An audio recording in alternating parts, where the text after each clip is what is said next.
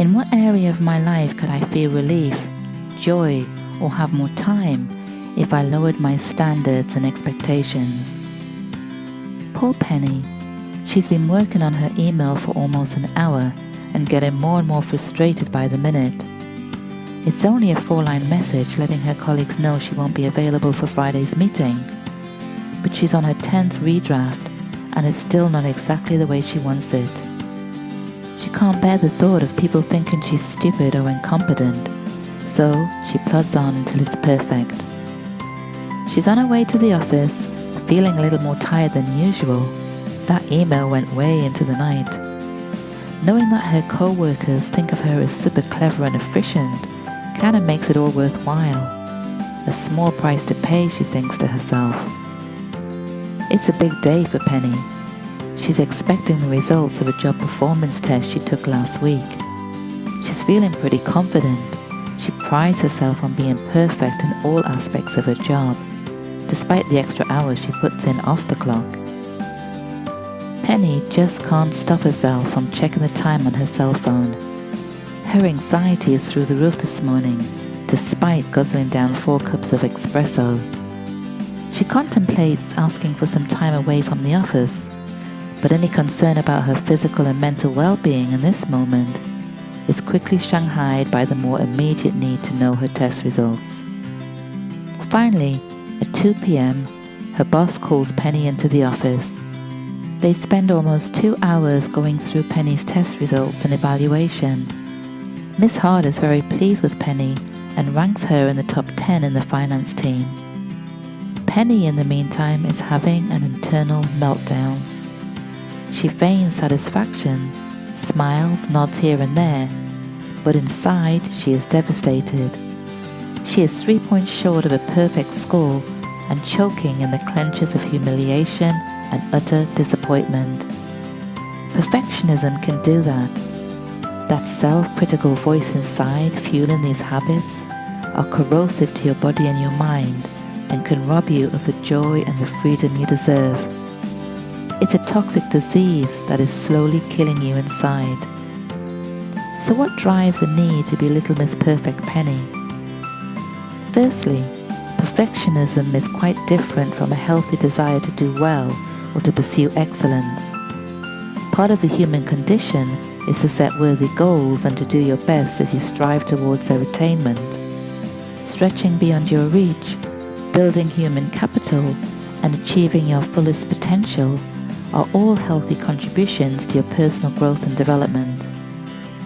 The need for perfectionism comes from a place of inadequacy, deep fear of failure, and a need to control particular aspects of your life. Penny's display of extreme precision and obsession with achieving a flawless result, even to her own detriment, are all classic hallmarks of perfectionism. Great wasn't good enough for Penny. Her time and energy were not focused on all her hard work and accomplishments, but on her flaws and failures. In Penny's mind, achieving a score of 100 was the only acceptable outcome, and anything less barely registers on her radar. Can you imagine the strain and stress she's putting on herself in order to keep up this facade? A facade that is impossible to maintain because the very nature of perfectionism is that it's unattainable. Even with a score of 100, a perfectionist needs more. Nothing is good enough. They're fixated on the outcome and can't appreciate the process. They exist in a world of self-defeating thoughts and behaviors that often lead to stress, anxiety, and depression. Loneliness, isolation, and sadness are commonplace for perfectionists because they demand unreasonably high standards, not just for themselves, but they expect others to toe the line. This self-sabotaging tendency builds a bulletproof fortress that keeps people out and keeps them in, safely and protected in this self-imposed prison. On the outside, a perfectionist is holding it all together, but inside, they yearn approval and acceptance. Another telltale sign of a perfectionist is procrastination. The very thought of failing or embarking on something that may lead to an imperfect outcome is so colossal in the mind of a perfectionist that avoidance is more bearable than the feeling of being judged or shamed for a potential flaw. The self-destructive lens that limits and grays out their world becomes a self-fulfilling prophecy, and they end up in a perpetual state of limbo along with their hopes and dreams.